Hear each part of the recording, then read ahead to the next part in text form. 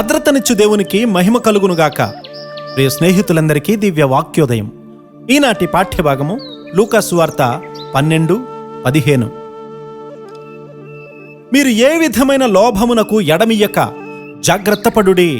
ఒకని కలిమి విస్తరించుట వాని జీవమునకు మూలము కాదనెను. మనుష్యుని హృదయంలో లోభత్వం ఎంతో ఉంది. ఒక ధనవంతుని భూమి సమృద్ధిగా పండినప్పుడు, ప్రాణమా, అనేక సంవత్సరాల వరకు విస్తారమైన ఆస్తి నీకు సమకూర్చబడి ఉంది, సుఖించుము, తినుము, త్రాగుము, సంతోషించుము అని అనుకున్నాడు. అయితే ఆ రాత్రే దేవుడు అతనితో, వెర్రివాడా, ఈ రాత్రి నీ ప్రాణమును అడుగుచున్నారు, నీవు సిద్ధపరిచినవి ఎవరి వగునని అతనితో చెప్పాను.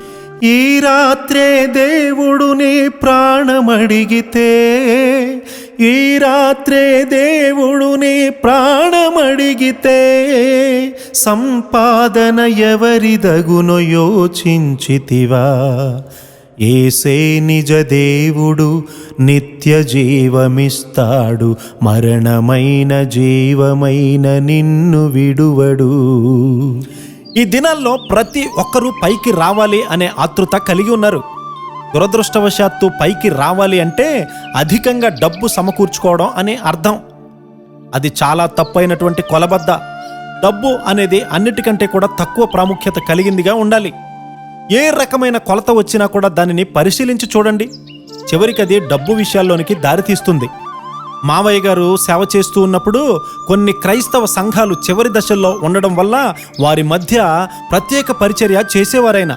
ఆ కాలంలో మిషనరీలను కొట్టారు, చితకబాదారు, కొట్లాటలు, కోర్టు కేసులు ఇలాంటివన్నీ హెచ్చుగా సంఘాల్లో ఉండేవి. క్రైస్తవులు కాని వారికి వింత వింతగా ఉండేవి. ఇలాంటి దుస్థితికి కారణాలలో ముఖ్యమైనది ధనాశే అని కనుగొన్నాం.